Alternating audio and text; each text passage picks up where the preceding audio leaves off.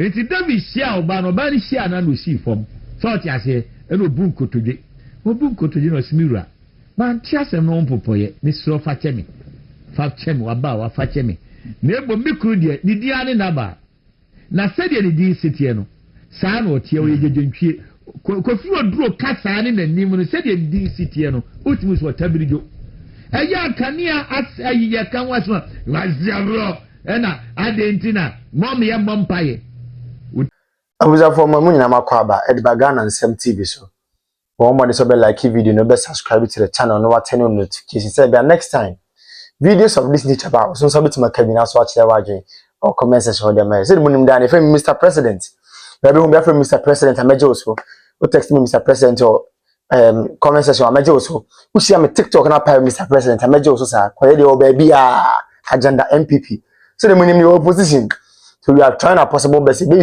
join the same TV channel so they are the new patriotic party amenyeko no they are power 2028 inshallah Dr. Adomako be president now so the power by mbia so selkebi na my kan ayi we were John the money Muhammad the bukat neze ebu die ya me ni amene ya fa the Messiah Dr. Adomako be amade na sase bebe fio na once again me catch Ghana mabunu nyina se amanyosem ne yeye no eye da chinti ne yeye amanyosem nye mprint ne amanyosem de wo ye bia no wo ye no wadwo se inti da chi bia no would you be proud of decision I will make here in politics? We shouldn't forget say politics no ya ma to me say fa bidi manfo nanim ya ma to me say fa be your hu yi it is all your Sofo o ye ordinary Ghanaian o ye educationist o ye medical doctor o ye hwanhwani once I have an opportunity to serve public space, do it with due diligence, respect, and absolute clarity. And yes, I be a home bachelor. It's David shia oba no ba ni shia na no si fom. So ti ase e no bu nkotodwe. Mo bu nkotodwe no simiru man ti asem no mpopoye ni so fa chemi waba wa fa chemi na ebo mikru de ni dia ne naba na sede ni di sitie no saa na otie we jejentwie Kofi Oduro kasa ne nanim no sede di sitie no ultimu so tabirijo eya kania ayi kan wasma wazabro ena adentina mom ye mompaye utiri so na mra wo no eba ho kire kase no kobeta de bompaye eniama wo wakade atia yen ebini even dum so kra na mra ye koto generators there's a 12,000 ye fixia na ntemu kakra bi bae no kra no enso agya waso dem ka ebini na no ade asi 2 minister ya wo mabomode aye ade no eye niama mienu de dikan wo mu sikasem na yedan na what electricity o di akọ 28.2 na otwi mu kra PUS ya sa atum em 4% asizai asam masade 1 cedi di levy ade abetum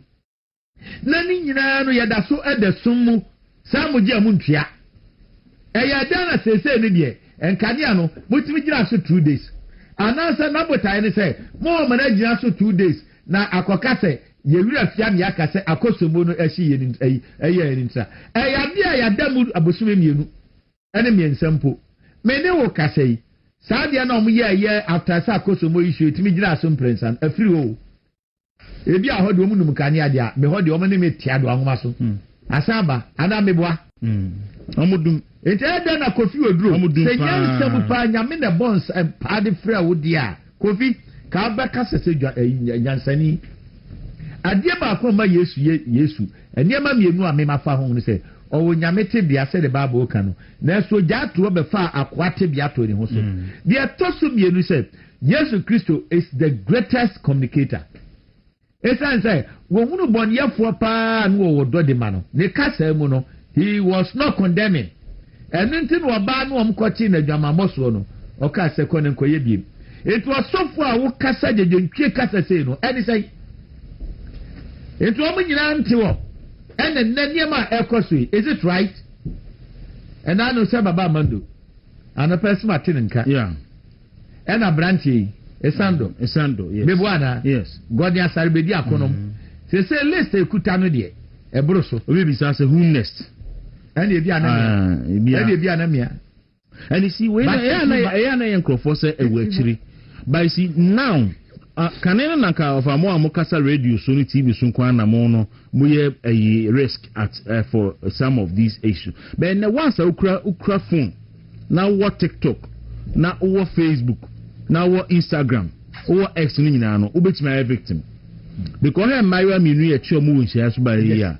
I'm on ye normal year multi TikTok show Moko baby. David Sando Day post no ye on Facebook. And I yakwa koche. Then you crash yourself. It's a bit more. So allow Sahefa. Yes, you will be in the WhatsApp status. Yeah. Say DC no honey incompetent. And no, no, no, yakwa koche no. WhatsApp status. I'm telling you, say, Nyame na butse no to me bi nipa. Yenso ye beti asia me nyame. Na nka nkofo ye akwa wudi fo na ka yakwohwe na kuo mu nyina. Se hunu sa. Mami nka bi to ha. Adesra me de magana fo ni say entrawo nkwanu ntum na dodo afunu mo say ye ba akom yenu dia any MPP communicators no say ye ba akom yenu dia emre bia no these people ebedi nsem no mudie look or say a nation's future is not written by chance they make a sort of say a nation's future is not written by chance, it is written by voices that refuse silence, citizens who refuse apathy, and movements that refuse defeat. The time for observation has passed. The era of passive awareness has expired.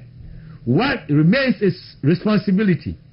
To be akranuntum, nations do not become great by accident. They become great when their citizens decide they must be. And in Tiriankianuntum, and yes, you know, Obiafan when you say, Yadoso. Kumi ya kuya fo me say wan kasa ebeduru so fo di machi ekọ aban ensa ase ahodo so a former government appointees former vice president ka ho bi o masisi manchester di esi so 1 year ni what say yesi yebu obi dan yaguda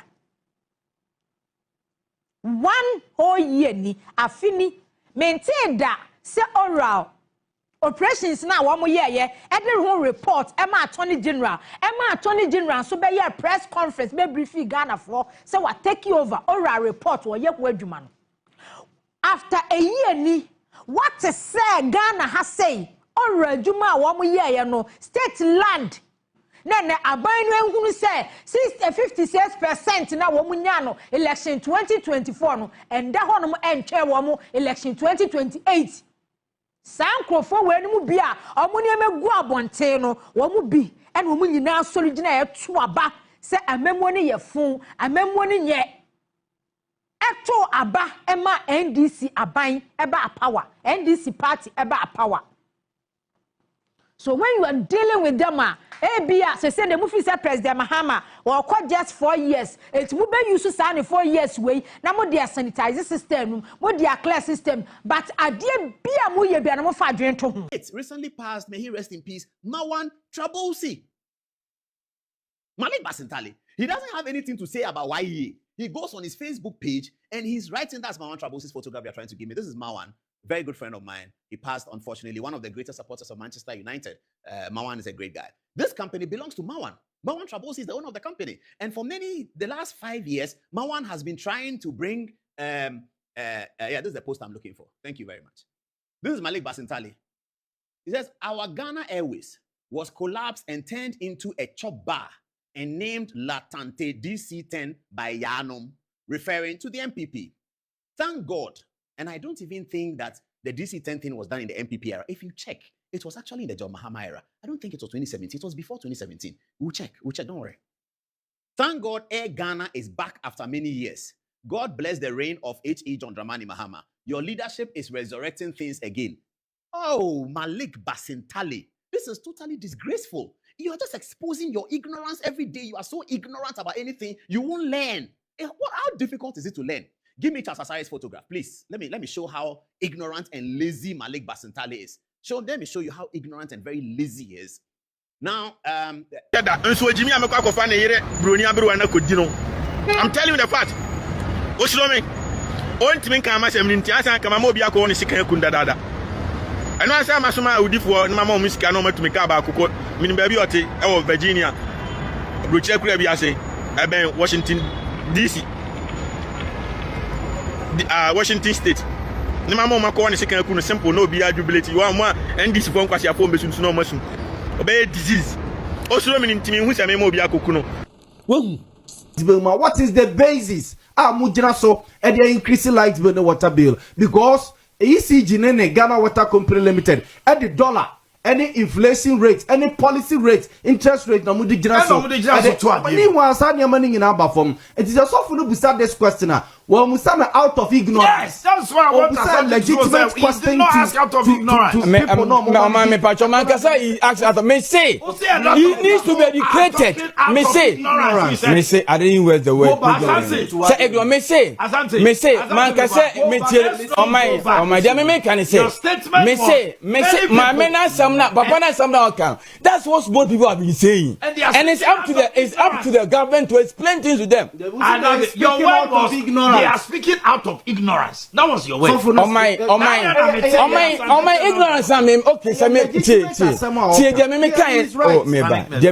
say, asamuna okano, interest enyama bo enkosru. But the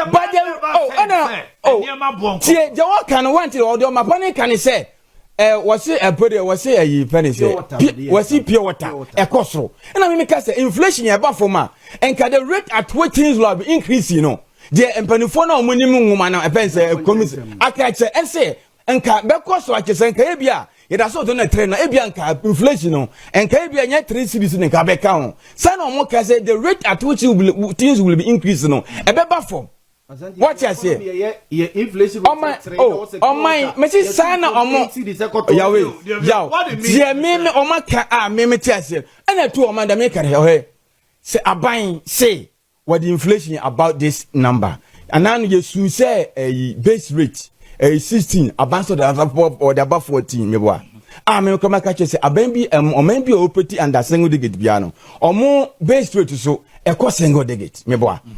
And now, say about my cancer petrol about for me. Abano dia he is trying to put all these things down. So why na man in cost? What yes, about to me so who now go for what there?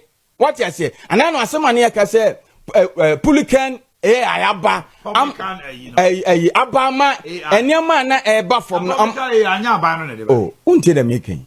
Me say so what they buy be all spoke against say I was say no mushia am no mushia but nanka we my no the phone chem so moko e fe say port wa ne ma no from kaka nyesa na mo kan yes but this kan ne ma bo no e ba from but yemu say won say public area na kwa ma no o moko fa ne ma ne ba o mo tete so na abanu kreti and environment but say individual entity ne ma so aban ketimi petro ensi so is right obisa me no we so at the end of what I say the pastor is asking say he's also asking a legitimate idea adentina sa ne ma we nyina bi no aban na ye ne de wi na say bonten so for no yen de wi so the government should just sit down and allow it to say inflation be about 0.5 yes na so and they were not 2 years ago ni boy 8 cities no because the inflation rate no but this is an AG who will come and bastardize people pronounce people guilty because they know that the order has nothing.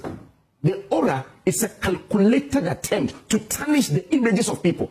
They are in their second year and they have not been able to prove a single case. You see, I have always maintained this and I've said it even to a fault, that if not for the NDC, nobody would have ever said a politician is corrupt in this country. Because before someone is accused of corruption, nobody is guilty until proven guilty by a competent court, right? Now, almost all the politicians who had been found guilty in this country are all NDC. All. From NDC 1, about 6 people went to jail. NDC 2, same. Even when Mahama came his first time, we had 6 people convicted. But none from the MPP. None. They will always use corruption as a bait and tell the people of this country that these people are corrupt. And they will use that to win elections. They did the same in 2008 with Fifi Kweti as propaganda secretary. Mentioned people. They mentioned a lot of people. They came, started 13 prosecutions and lost all. You remember Kwesi former foreign affairs minister. You remember Asabi and his wife?